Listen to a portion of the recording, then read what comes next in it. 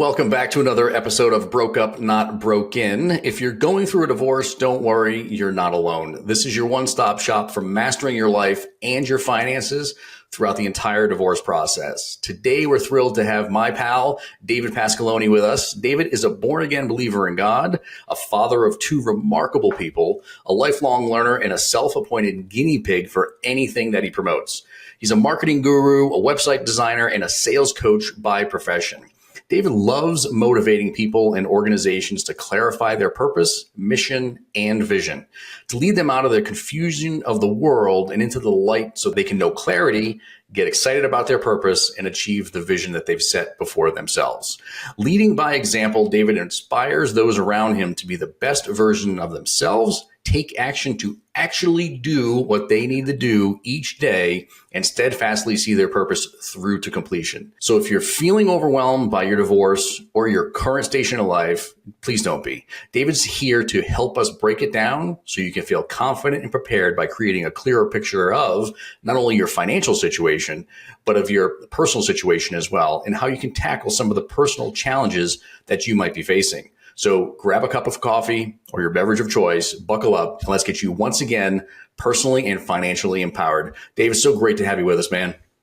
Oh, it's an honor to be here, Jamie. Thank you for having me.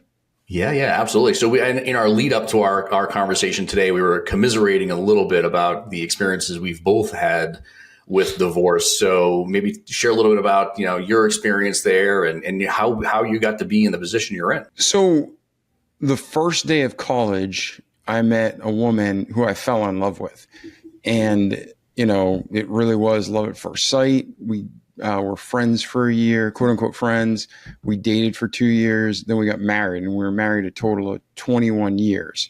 But before I married her, I'm like, man, I shouldn't be doing this. Mm-hmm. And then we got married and things weren't right through the marriage, but I made a vow to God. I made a vow to her, kids, family. So I made the best of it. And I didn't tell anybody anything really going on because I thought it was me. No, it's got to be me because she's like perfect, right? Well, fast forward to 2014 and some seriously weird things were happening and going on. And it made me question myself. Am I going crazy? Am I making this up? And I'm not a jealous guy. I've never been a jealous guy. Not today, even after everything that happened. But long story short, she was having, at that time, an affair. There's probably others, there's suspicion. But there's one particular situation going on, and it was making my mind where I couldn't even believe it was happening. It's like, oh, it's got to be me. I'm making this up.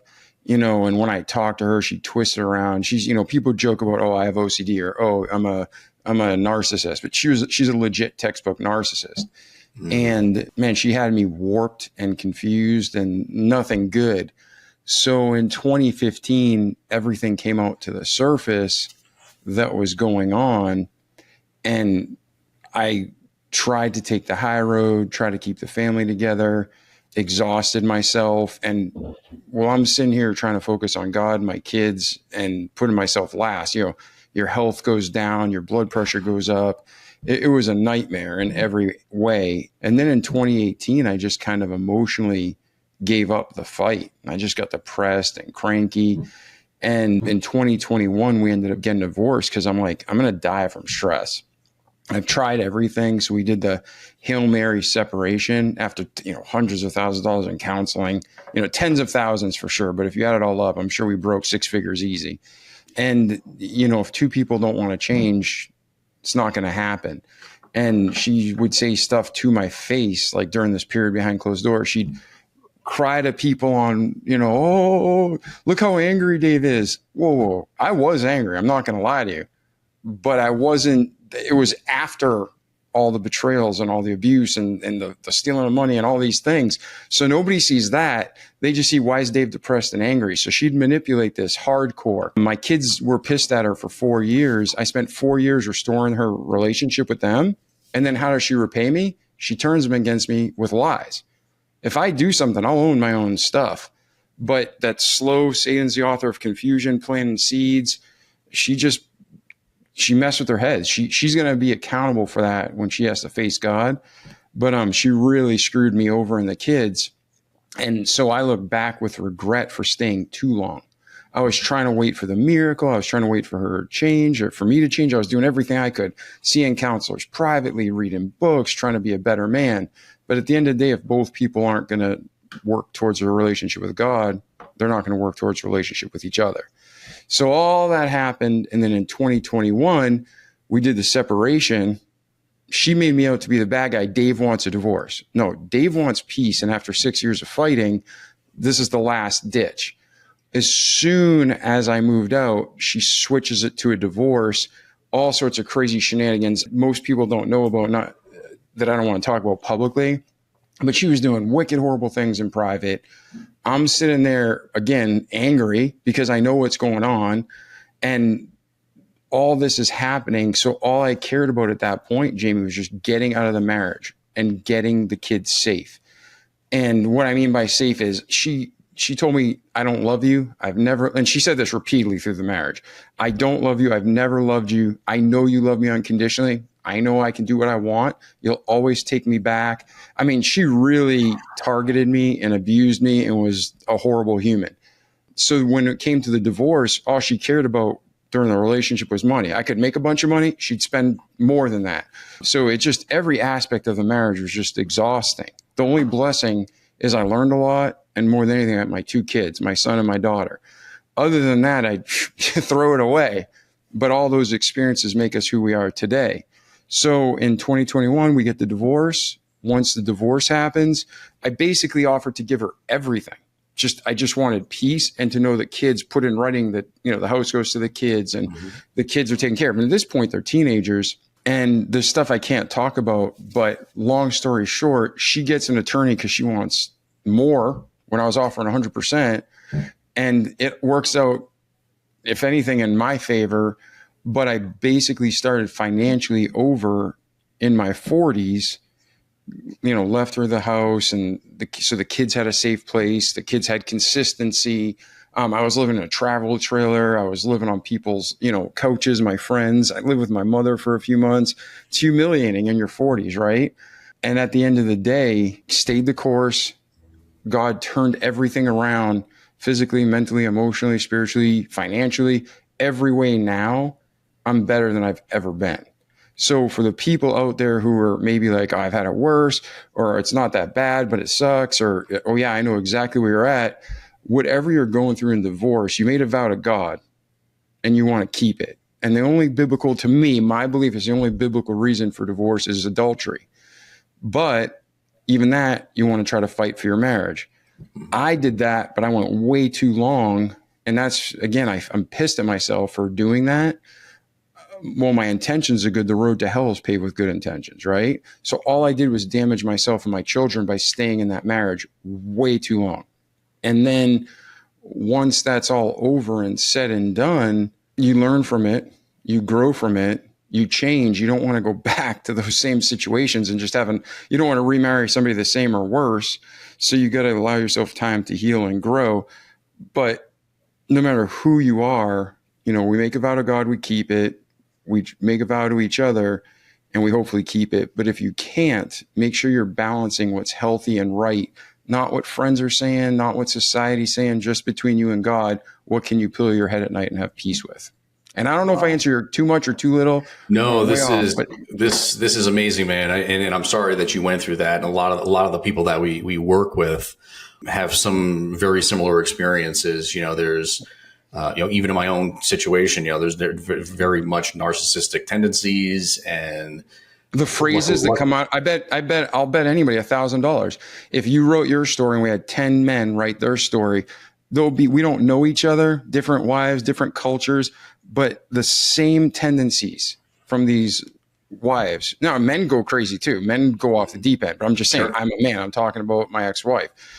But your ex-wife, my ex-wife, the phrases, the sayings, the things that happen, the way they're being groomed by society, which is really a puppet of Satan, all Satan's doing is run the same playbook over and over and over again.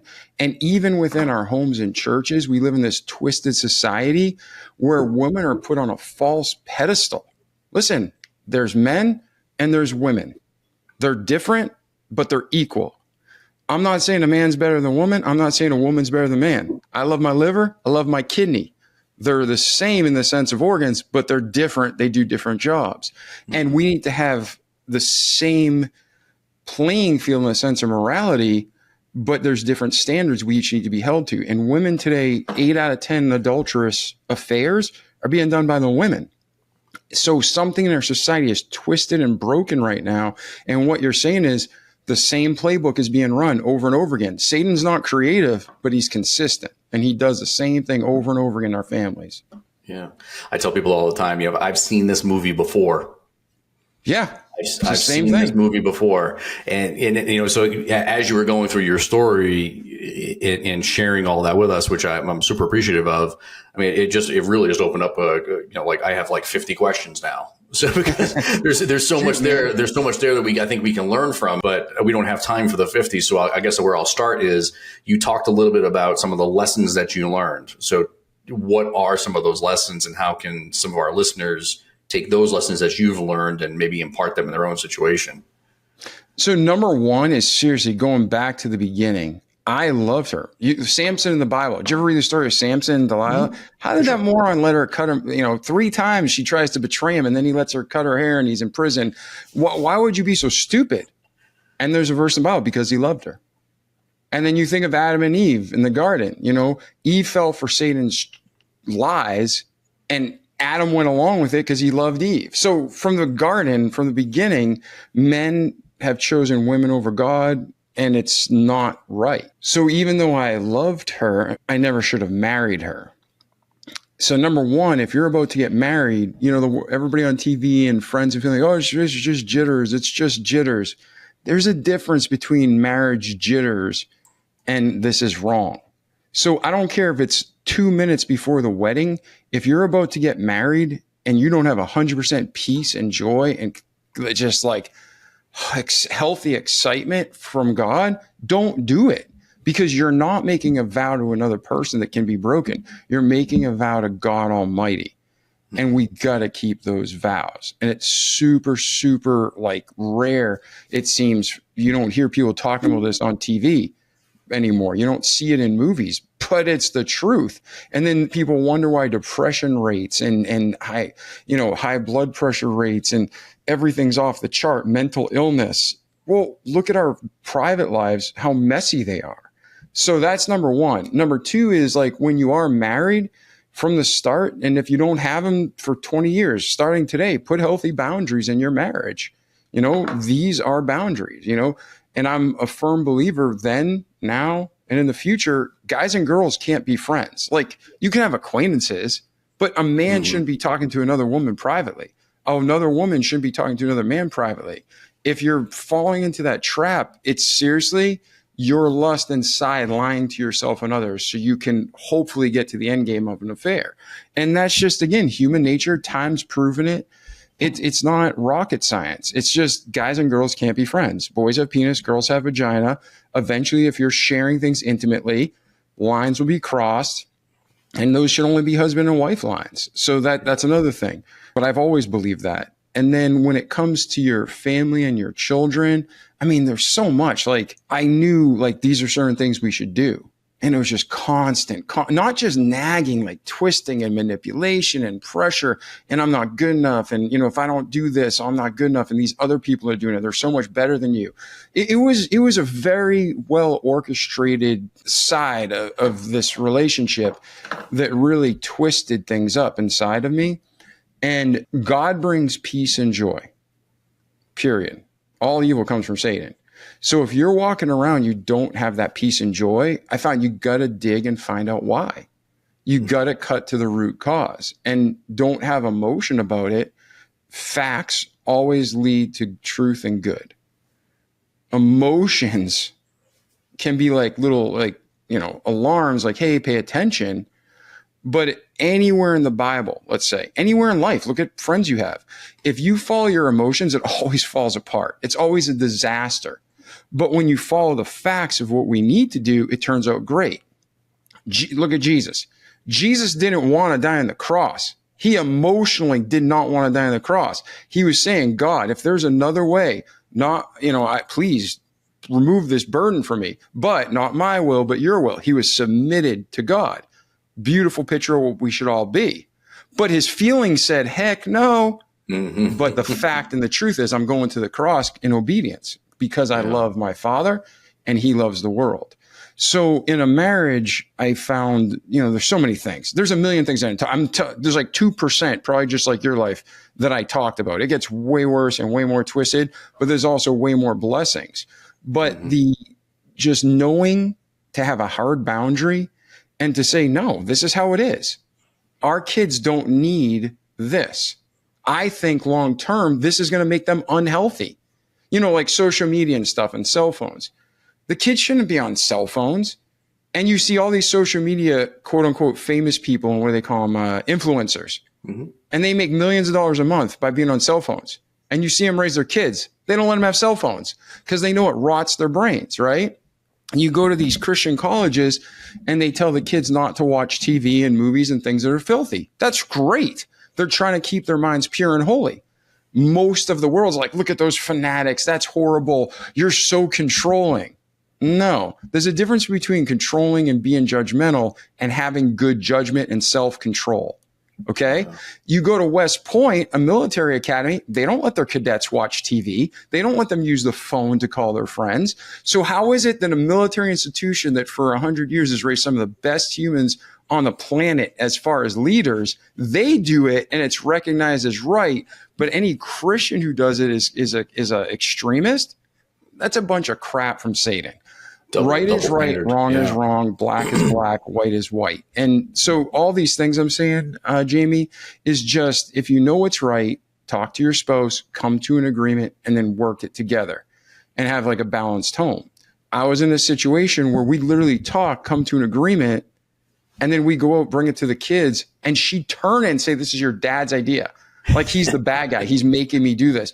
And I just didn't know what to say. So I just took it. And it's so BS. But again, I'm going to be able to face God and be just fine. And she's going to have to face God and she is not going to be fine. Yeah.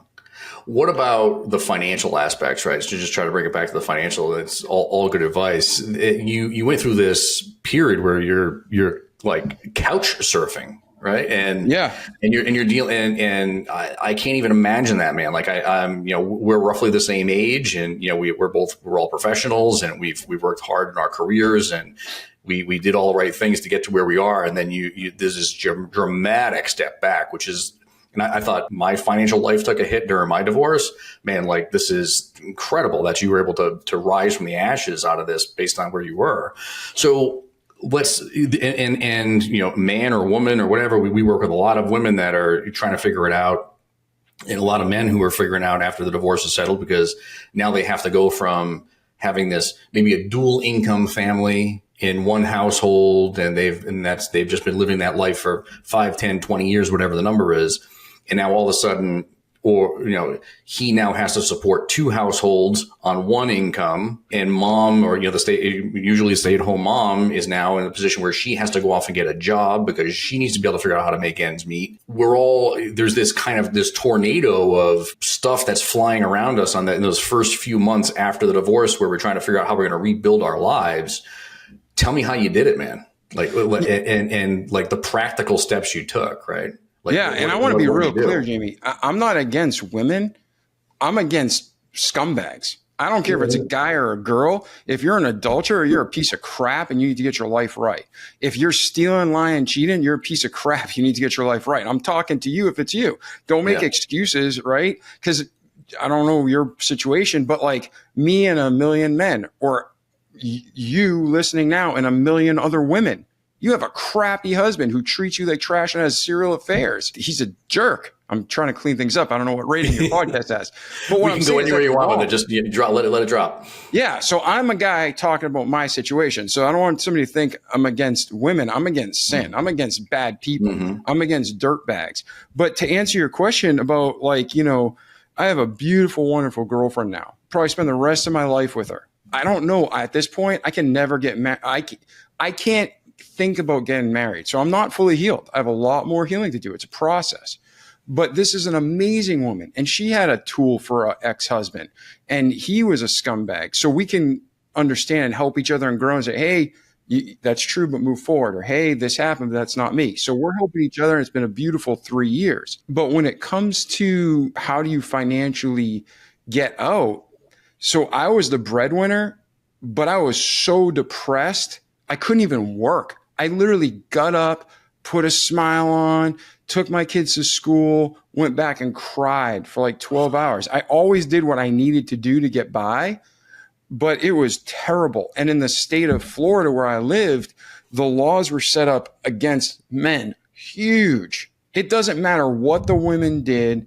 And this is true. If you're married 15 or more years, they had this crazy law that I'd have to pay lifetime alimony. Even it doesn't matter how bad the wife is. She could have murdered somebody and I have to pay lifetime. The husband has to pay lifetime alimony. Talk about sexist, right? So when all this stuff is going on, I could barely function for over a year. So I was living off savings. And then she spent like water. And it was as fast as I could make it, she could spend it our whole marriage. But during this time, she had like a vengeance. I'd be seeing 2 or 3 from credit card statements come in with like 10,000 on each. And I'm sitting there like just doing everything I can to keep up. So it's just burying me and burying me and burying me.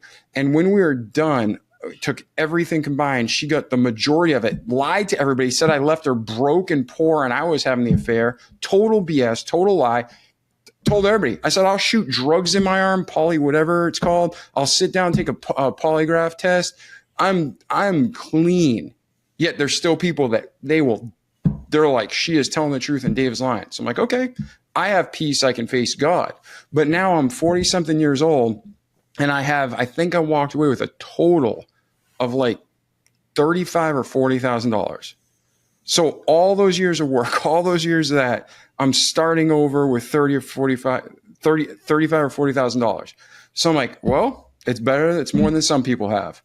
And I just want peace. And I was happy with that.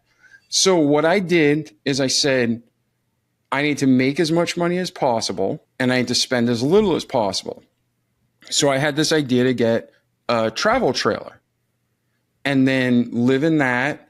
But right now, after COVID, man, people are paying like as much as rent for a house to live on a piece of like a little driveway.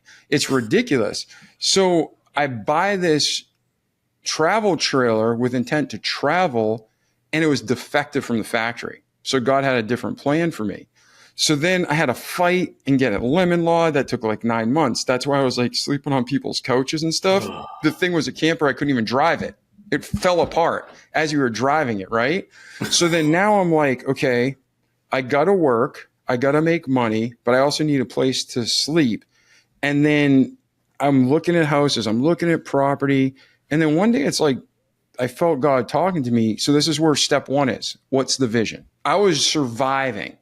I was getting by. I was being reactive.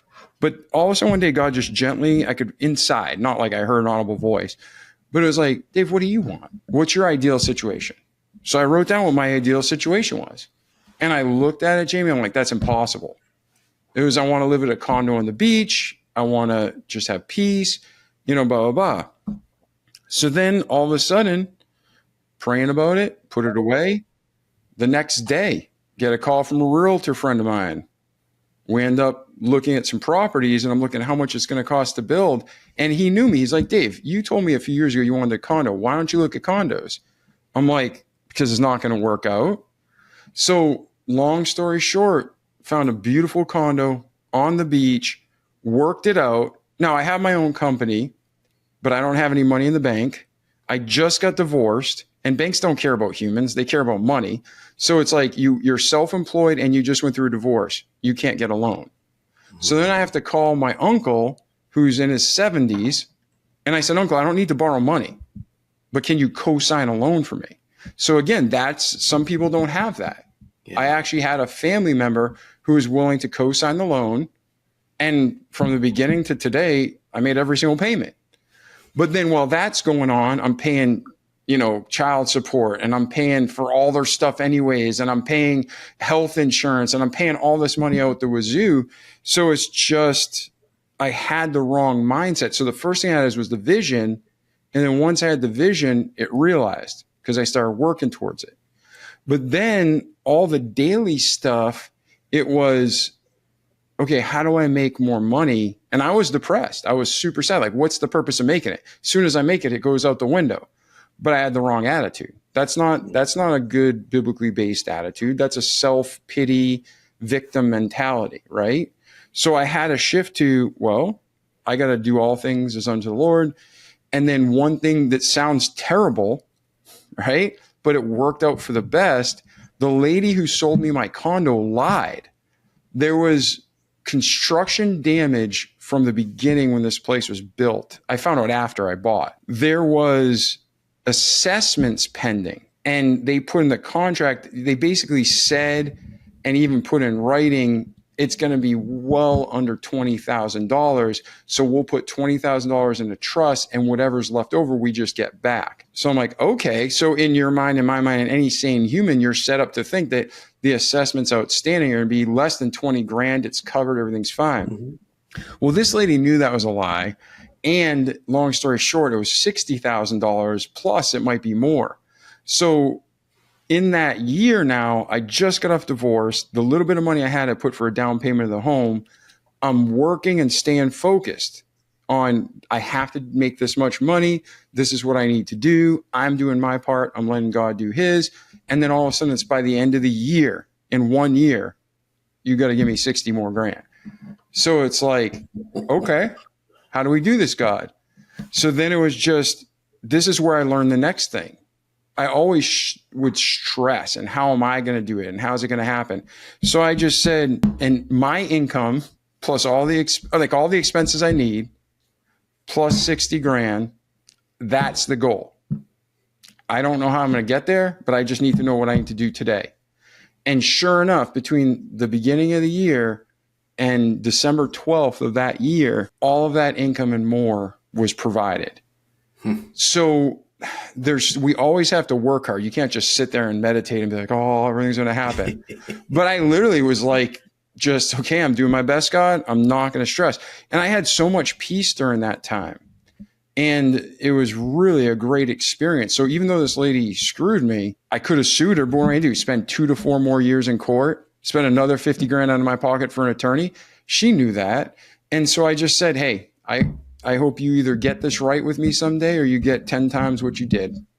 That's it. Like, you want to say you didn't do it on purpose, then I hope you get 10 times the blessing.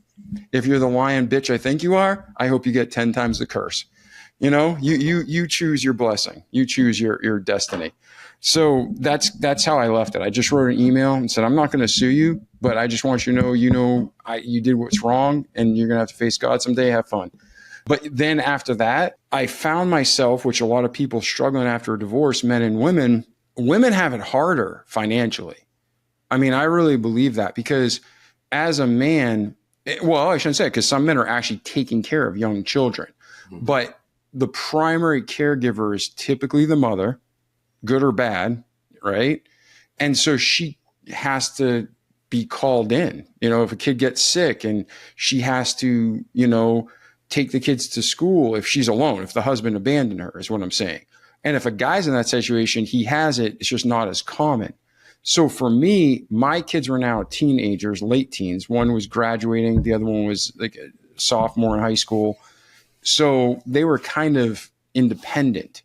So now I could say I need to rest, because I'm between the depression and the exhaustion physically. I need to physically rest a lot. But when I'm up, I got to work. I got to focus on it. But that extra $60,000 that I had to pay out of my pocket, God used it to wake me up. Like, Dave, okay, I let you hibernate. You're a big bear. I let you hibernate. You had your season. Now get off your butt and work. And this last year and this year has been the best financial years of my life. This past month, the month we're in, July 2024, is the best financial month I've ever had in my life. Wow. And I didn't say I'm going to kill it. I'm going to close contracts early. It's just whatever happens, happens.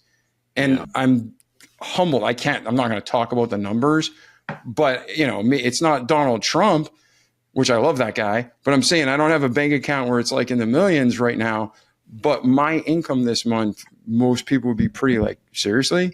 And it's just all God. So I did my part. I had the vision. I worked I continued to grow. And then I kind of jumped around a lot, forgive me. But the other thing was, when all this was going on, I was hiding because of depression. I didn't want to get out there and face people. I didn't want to have to explain what happened. I didn't want to even just see people a lot. So the blessing of this lady screwing me over, and I had to force myself to get out there and work more, it snapped me out of her. It's like, hey, I'm already working. Why don't I keep it going? Or, hey, I did this. Why don't I do that too? And it just built. And now, I had a podcast that was successful, but we didn't do it for money. We did it just to help people, the Remarkable People podcast. Well, like, why aren't I doing affiliates? Why aren't I doing sponsors? And now that's a whole stream of income. So I get to help people the same way, but now I can spend more time, pay my intern, and advertise if I want to. Hopefully at the end of this year, we're going to start advertising. We're just finishing season 10. It's just great. And then the business took off. So if you're going through it, sometimes you're in survival mode. You just got to get through today. But once you start stabilizing out, set that vision of what you need and where you want to be, and then look at where you are today and what steps you need to take today to get there. And then keep doing it. But try to find the balance where you're not stressing about it and you're trusting that it's just going to happen. And that's when the magic happens and the flow state happens, and it just really works. I can't explain it, because I struggle with stressing and worry, and my blood pressure will go up, right? So I don't have it right. But when I do have it, it's an amazing place. I love it. I've been there, man. We're one of the same when it comes to stuff like that, for sure. Everything you're saying is remarkable, and sounds like in some ways we married the same woman, right? So, and the way she dated, you might have. So there's that. Last question before I let you go, man. I know, and I this is all such good information. Talk to me about the work that you do, because I know you do work with individuals and people, business owners, and the people that are listening. If they want to work with somebody like you, how do they get in touch with you, and what does that experience look like for them if they were to try to engage your services?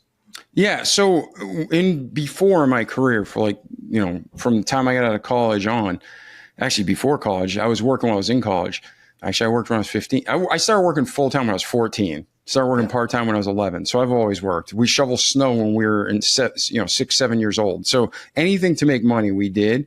But right now, what my company does, I'm a sales and marketing organization. So we talk to small and medium-sized businesses, and same thing I just talked about on the show. I ask them, what's your goal? And I help them develop them if they really don't know.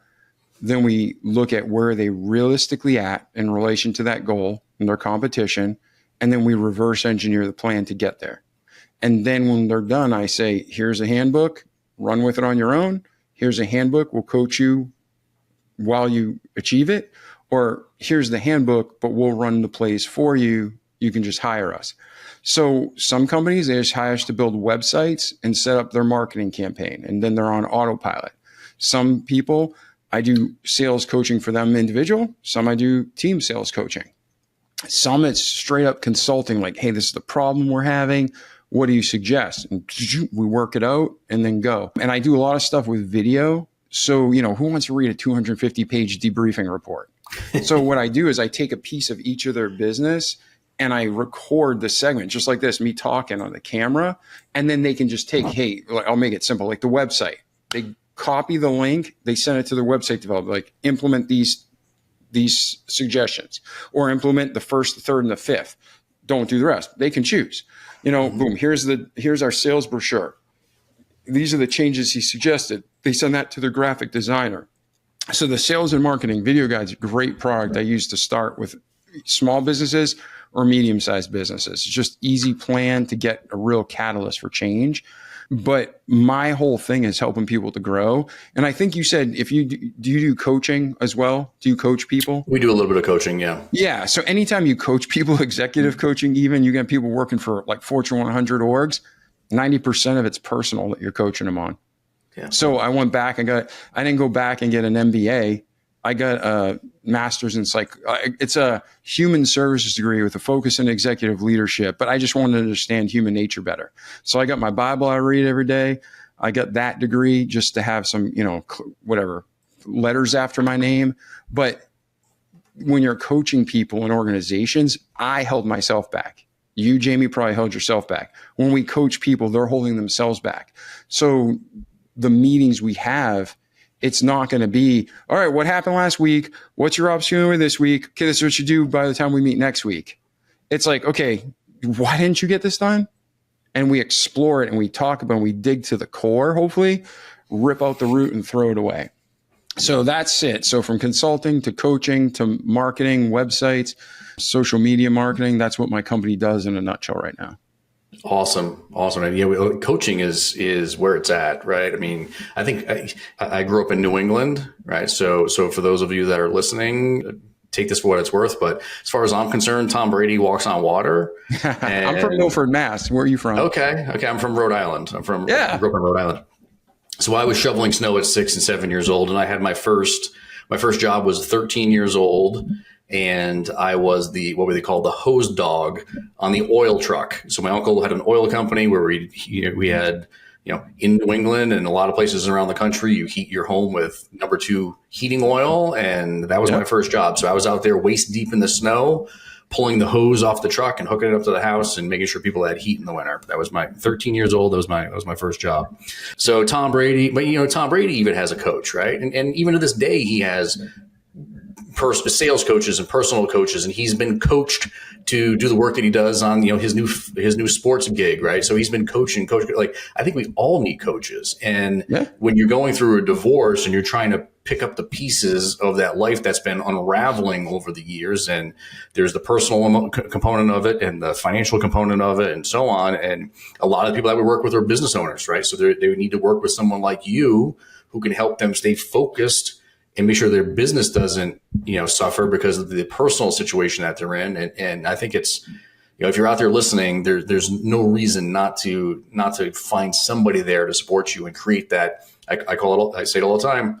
It's creating team you, right? Yeah. You have your divorce coach, you have your business coach, you have your financial coach, you have legal coaches, in the form of attorneys and so on to help you through this process. And I really think that's where people will succeed. Especially when they're going through that tornado of, the disaster of a divorce like most of us have gone through. Yeah. And to chime in on that, I agree with you, Jamie, completely. And do you ever see little kids when they bowl, they put the bumpers in the gutters? Sometimes we need to put the bumpers through our friends and through our business associates. I use the word balance a lot. The Bible says iron sharpeneth iron, so the man the countenance of his friend. And we all need balance in our life, right? But accountability, that's another word, I'm using them interchangeably. Balance and accountability and boundaries, all different, but all similar meanings. So what you're saying is super wise, Jamie. When you're going through a divorce, especially, you need to find people you really can trust, and you need to help them keep you accountable, because men and women, 8 out of 10 times they go through a horrible divorce, they start doing stupid things. They start drinking, they start doing drugs, they start sleeping around. All you're doing is hurting your family and yourself more for generations to come. So you have to, and it's understandable. I'm not being like, you're a horrible human because you went out and, you got drunk and had sex with a stranger. That's not right. I'm telling you, that's not right. It's not right. But what I'm saying is it's not right. It's not healthy, but it's understandable.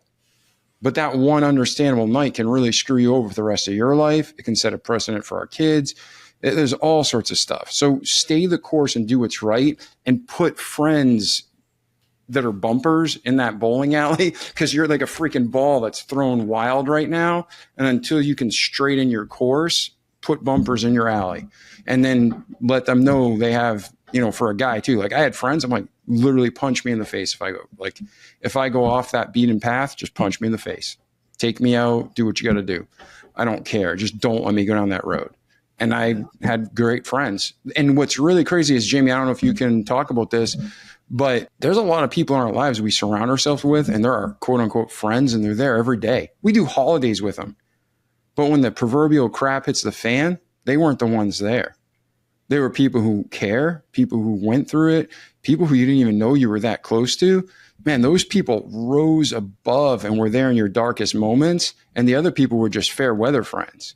So that's why I said, make sure when you hand the keys to the kingdom over, you hand them to the right person. No more powerful words have been spoken. That's for sure. When I went through my divorce back in 2017, I didn't surround myself with the people that were most important to me. I made the mistake of trying to keep them at arm's length. So they weren't, I wanted to protect them. I wanted to keep them out of the, out of the center of this tornado, so to speak, like I keep going back to. And I wanted them just to be protected and not have to deal with it, because I figured, this is challenging on them, and this is my problem, not their problem. And it was the absolute wrong thing to do.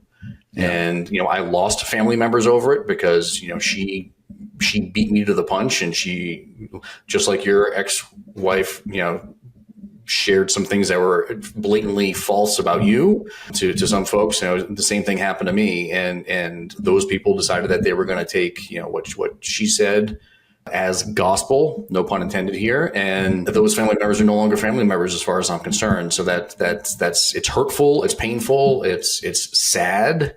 But, I had some fair weather family, obviously, because instead of reaching out and saying, hey, this is what I'm hearing, it can't possibly be true because I've known you for, 40 years now. And I know who you are as a person and how you conduct your business and what have you.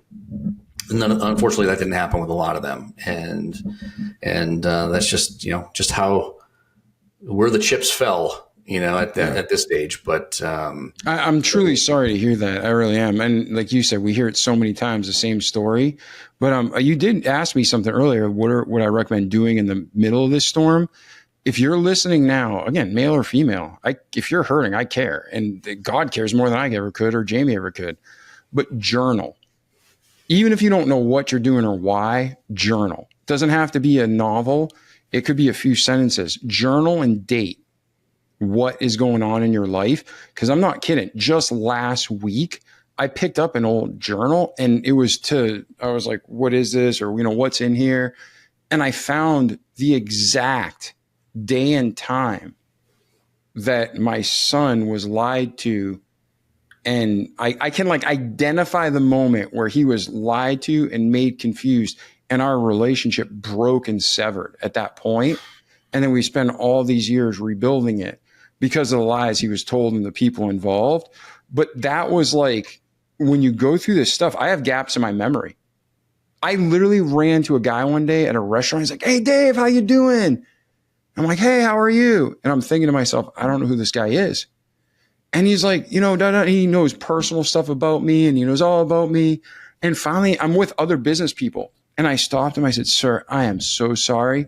I said, I went through a really crazy period in my life, and I don't remember how we know each other. He's like, Dave, you came in my company and made me $2 million. It's like, you don't remember that? I'm like, congratulations. I'm happy for you. I said, but I am sorry. Please know I'm not on drugs. I just had some trauma, and I have gaps in my memory that I dumped. And clearly, let me guess, we met between 2015 and 2018. He's like, yeah. And I'm like, there you go. So if you're going through this stuff, you got to take care of yourself, sleep. It's not a joke. Sleeping and going to the gym. I don't care. And I'm not trying to be, come on. If you're a lazy fat ass, right? I can be a lazy fat ass. If you are a hard worker and you love the gym, you got to push your body. If pushing your body means 10 minutes on the elliptical, or if you're a freaking triathlete and it means add an extra 30 minutes with weights on your back, you got to push your body when you're under this amount of stress so it stays calm all the rest of the day. God made us to work and to move, okay? So I don't care what your physical shape is. You can be skinny and healthy. You can be fat and unhealthy. You can be fit and have high blood pressure. You can be literally 350 pounds and have perfect blood pressure because you don't process things under stress. But what I'm telling you is take care of yourself through sleep. Make sure you're journaling, work out, drink a lot of water. But that journaling, looking back when you're not sleeping, we have gaps in your memory. I can go back now through that journal and be like, oh, I remember that. I'm not going crazy. That actually happened. Like, because people will tell you, especially if like Jamie and I, if you are with a true sociopath or narcissist, they're going to gaslight you and tell you things didn't happen or tell you the same story a different way. I have documents, and hopefully, like I said, my kids get involved. We have documented at the counselor, Jamie. We weren't even in the room. Stuff I didn't even know about. My kids told the counselor in private sessions. You ask my kids about those same instances now, after my ex had time to brainwash them, their whole memory shifted. Yeah. So for yourself, if you're listening now, it's between you and God. Your life is between you and God, not your spouse, not your kids. Nobody else is going to face God at the end of this life but you. So journal and take notes, because one day those, you may never look at them again, or you may be like me, where you just open it randomly and God really shows you something that is a positive catalyst in your life, a confirmation, healthy, or to help you unlock. Wow, I've had the same problem for 5 years. Maybe that's me. How many times do I have to look at myself in the mirror and say, yeah, you got issues. You got to take care of this. So that's all. I'm really jumping around over here, but like I was telling Jamie before the recording, I've been very sleep deprived lately, and I was falling asleep driving to get to this interview. That's awesome, man. I kept you too long, but there's so many good nuggets of inspiration and the moments of triumph and all the other stuff that you've been through that I think is not only inspirational to me, but inspirational to our listeners. So thanks again, man. I'm super appreciative of you being here. And thank you again, listeners, for once again joining us today. And I'm so appreciative of you for sharing your insights and your thoughts on personal and professional growth. To explore more about David's transformative techniques and resources, please visit davidpasqualone.com. And if you're navigating some of the financial or emotional challenges of a divorce, especially some of the things that Dave talked about today, remember that help is available for you both through him and through us at allegiantds.com, where you can book a free consultation with us. And if you have questions about the stuff that Dave's talked about today, I'm happy to put you in touch with him. You can visit his website. You can come through us. We'll make sure you get you guys connected if you need the help. And don't forget to subscribe for more empowering conversations coming your way here soon. Until next time, stay motivated and focused on your journey to personal success. Thanks again for being with us today. Oh, it's an honor. Thank you so much.